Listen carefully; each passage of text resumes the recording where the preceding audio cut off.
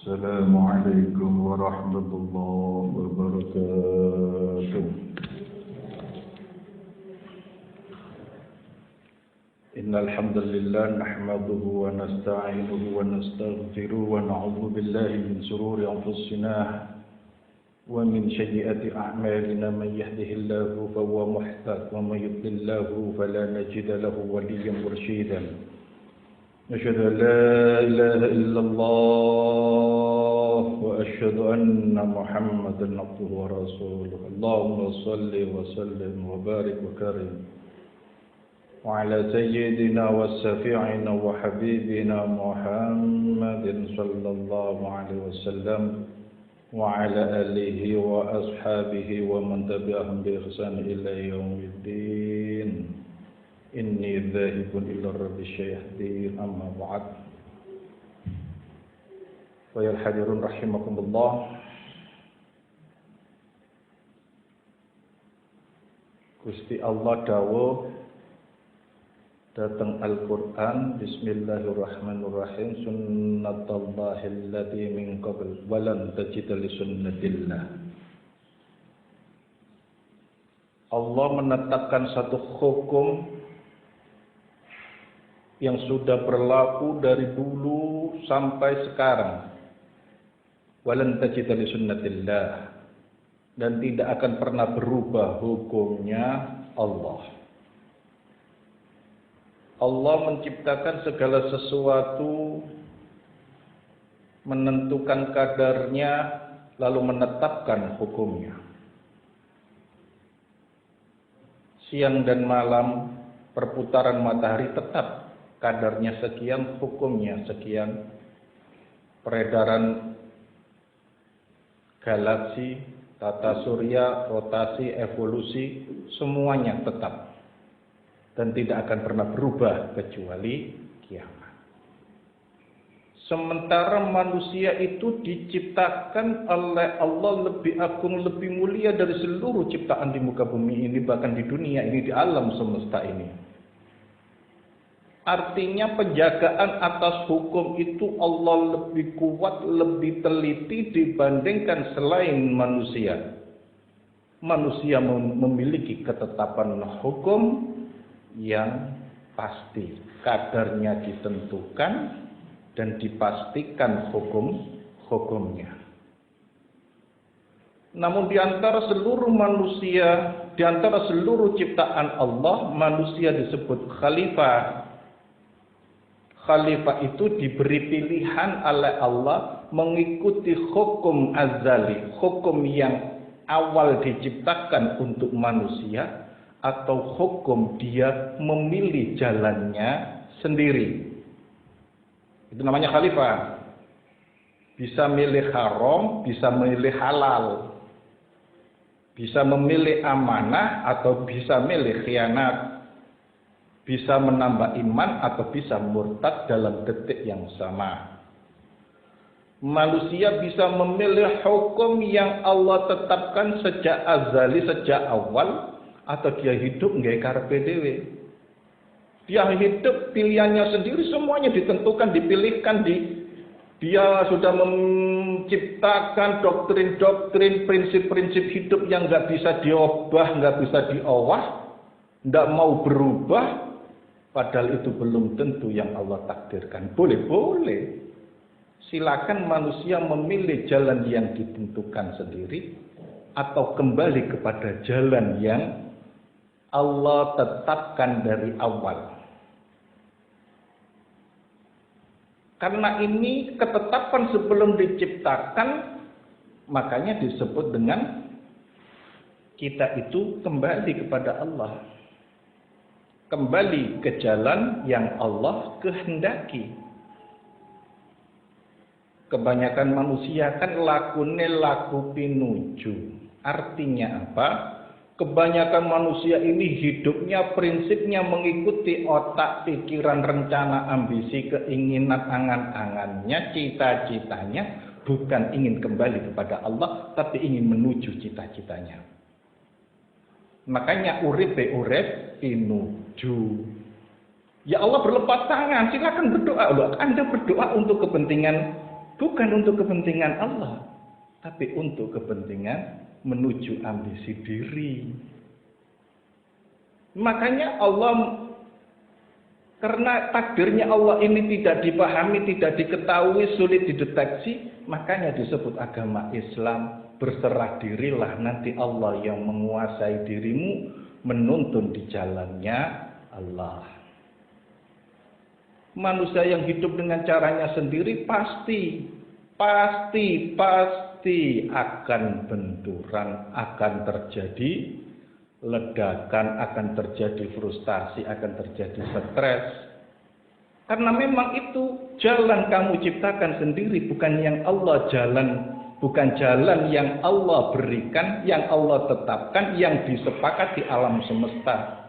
Kalau fulan ini jalan hidupnya ditetapkan oleh Allah, wallahi tidak ada satu makhluk pun yang berani merintangi, menghalangi, kecuali Allah sendiri yang memberikan ujian sebagai wujud pemuliaan dan keagungan dari asma wa sifatnya Allah. Jadi kalau Allah menurunkan ujian seperti Rasulullah Shallallahu Alaihi Wasallam mulai lahir sampai beliau jatuh terus ujian, bukan karena salah jalan, karena memang itu dimuliakan dengan setinggi-tingginya derajat. Akhirnya apa? Tetap beliau itu sanggup menanggung penderitaan yang luar biasa. Kenapa? Karena nikmatnya jauh lebih besar, sehingga tanggungan penderitaannya sanggup dihadapi. Orang yang tidak pernah bahagia karena iman, karena Allah, ada ujian sedikit hancur. Ibaratnya rekening cukup untuk setahun stres. Tapi orang yang dicintai oleh Allah, tidak ada rekening, tidak ada apapun. Kalau sudah dicintai Allah, hatinya penuh puas dengan Allah, hari ini tidak ada apapun, dia tidak takut, tidak bingung, bahkan tidak tahu kalau dirinya sedang tidak punya apa-apa. Kenapa? Karena hatinya sudah disibukkan dengan kenikmatan ma'rifatullah. Makanya jangan heran kalau anak sekarang itu hanya persoalan cemburu saja stres, ditolak cewek bunuh diri. Waduh banyak. Kenapa? Karena mereka tidak pernah bahagia. Karena mereka hidup dengan kemauan orang tua dan kemauannya sendiri, tidak pernah dikenalkan Allah mulai kecil. Semua programnya orang tua, mulai makan setiap 2 jam, minum setiap 1 jam, vitamin semuanya ditentukan sendiri tanpa konfirmasi. Hukum walikulli wijhatu wa mu'alliha fastabiqul khairat. Masing-masing nafas, masing-masing diri itu memiliki jalan hukum untuk taqarrub ilallah, untuk bali marang Gusti Allah. Karena itu hadirin rahimakumullah, orang yang hidup sekarang ini disebut kembali kepada jalan Allah. Iya, karena selama ini kita menempuh jalan yang kita maui sendiri. Kalau kita sudah meletus cabai, kepedesan, ya Allah kok pedes banget toh ya Allah. Jenengan mboten ukuran kan niku kula Lombok niki lho, mele-mele dhewe ngeletus-ngeletus dhewe protes marang Gusti Allah. Semua yang kita tentukan itu adalah ukuran pikiran kita, standar analisa kita. Tapi ketika ditempuh, sesungguhnya itu menentang hukum makronya Allah, hukum kosmologi ini. Kenapa? Karena nggak karepe dhewe, bukan hukumnya Allah. Makanya pertanyaan malakum kaifa tahkumun. Apa sing kon lakoni ning urip iki? Kitabe iku Al-Qur'an apa utekmu? Kita pikir Al-Quran apa ambisimu? Kita pikir Al-Quran apa karepmu dhewe? Sehingga kamu selalu saja pakai tuntunan pikiran, bukan tuntunan Allah dan Rasulnya. Sholat sembarangan, tapi orang dia karepe dhewe. Nyekolane anak karepe dhewe, golek penggawean karepe dhewe, jodone anak karepe dhewe, semuanya enggak pulang kepada Allah. Hati-hati, kalau sudah timbul masalah, malulah kepada Allah. Malu pada Allah. Bukan Allah yang memberikan tuntunan. Kita nggak bisa protes kepada Allah. Betapa banyak orang datang kepada saya sudah usia saya. Menangis penderitaannya. Kenapa? Lu sampai nikah dulu biar gimana? Saya tanya begitu. Dijodohkan orang tua. Sekarang sudah anak-anak udah pada besar. Saya itu mikir, ya ini dijodohkan aja sudah susah. Saya ucap apa kalau itu dijodohkan orang tua? sing sabar. Nah, hadirin rahimakumullah. Sekarang pertanyaannya, jujur dalam hati kita. Kalau kita punya anak kita menjadi guru TK yang takdirnya Allah kehendaki, atau menjadi manajer suatu perusahaan bonafit, milih mana kita? Itu tidak mudah. Ayo, kalau benar-benar ada pilihan itu, nggak akan berani kita. Nggak akan berani kita mengambil keputusan semacam itu. Kita punya uang banyak, sugih, sekolah favorit apa sekolah biasa? Mesti milihnya sekolah favorit. Engko arek gak kok berdolan, gak kok bermangan, gak kok berambekan. Dipeletel. Nah, sekolah murah-murah bulan tok, jarine wah gak disiplin. Terus justru gak disiplin itu disiplin dengan hukumnya Allah. Paham ya? Semakin kokoh manusia sok kuasa terhadap satu hukum di muka bumi ini, semakin dia melepaskan dari hukumnya Allah. Semakin manusia ini melepaskan hukumnya sebagai orang tua atau diri sendiri, semakin Allah berkuasa atas dirinya. Hati-hati. Loh, kalau aku punya lebih uang, kalau kepingin anaknya barokah, cari sekolah yang murah, sisanya sedekahkan. Seluruh ulama agung itu biayanya bukan untuk bayar pesantren, biayanya untuk dakwah di jalan Allah. Anaknya dititipkan oleh Allah, Allah yang membesarkan. Mereka hebat bukan karena menghafal atau pesantrennya yang dahsyat, tetapi memang Allah berikan anugerah berupa karomah yang datangnya dari langit. Kenapa kok begitu? Memang investasinya investasi langit. Lalu sekarang pesantren 20 juta, setoran tiap bulannya 5 juta, 6 juta. Anaknya bisa apa? Agama ini nggak pernah dibesarkan dengan cara hedonisme. Nggak pernah agama ini diagungkan, dibesarkan dengan cara-cara semacam ini. Mana ada riwayat zaman Rasulullah hingga para tabi'in lalu dengan cara hedonis, biaya hidup tinggi dengan gaya hidup semuanya lalu mengenal agama. Nggak bisa. Wallahi, cari sudah. Orang yang hidup bergelimang harta lalu ma'rifatullah, kenal Allah, bohong. Nggak pernah ada dalam sejarah Islam. Nggak ada. Semua yang mengenal Allah, semua kekasih Allah adalah jundullah, pasukannya Allah, merelakan nyawanya untuk agama Allah. Maaf, kita terlalu jauh melangkah, mendahului Allah dan Rasulnya, sehingga hari ini kita meratap. Kita nggak pernah tahu apa-apa yang telah kita perbuat. Lalu pertanyaannya, dosa apa saya ini? Lalu gitu kan? Salah apa saya ini? Kok begini hidup saya? Ya Allah. Ini karena kita tidak pernah taklim. Kita ngajiannya dibacakan saja. Tapi sesungguhnya kemana arah hidup kita ini? Makanya kita ini kembali kepada Allah, kepada jalannya Allah. Lalu wis piye kadung ini wis bablas uripe, wis kadung nyempal waduh kok dalane Gusti Allah iku piye?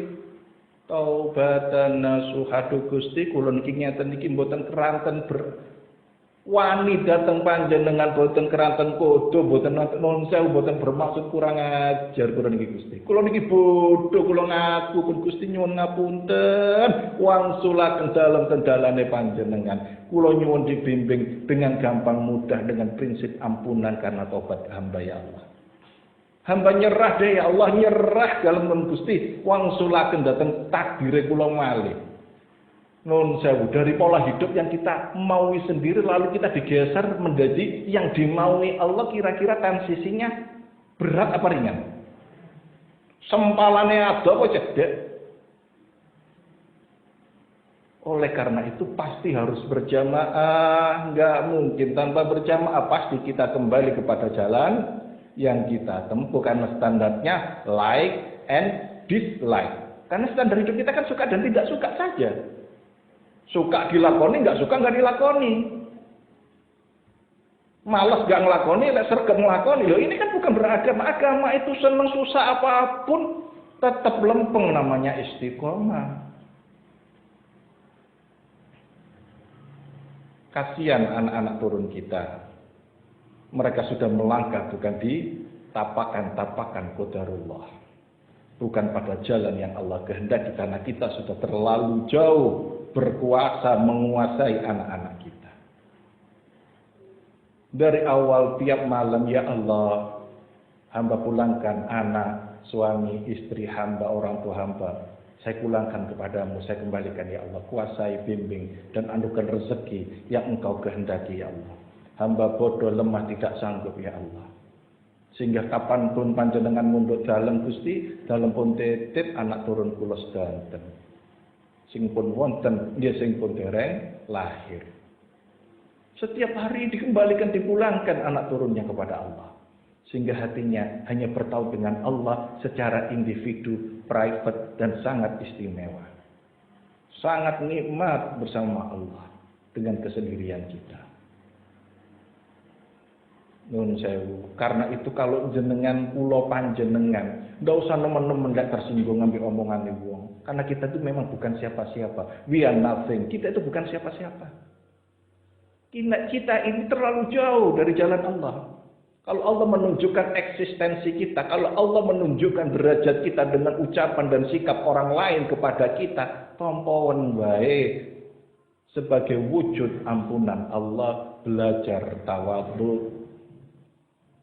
Sehingga kita itu tidak ada dendam, benci, iri, dengki, dibersihkan semuanya. Ya Allah, ampuni hamba yang mengotori hamba karena terlalu memandang mulia diri sendiri sehingga nggak mau disinggung, nggak mau ikhlaskan semuanya. Karena hamba ingin bertobat kepadamu ya Allah, hati ini adalah singgasanamu ya Allah, sehingga tidak layak diisi selain cahaya Allah. Aku lupa lihadza astaghfiru.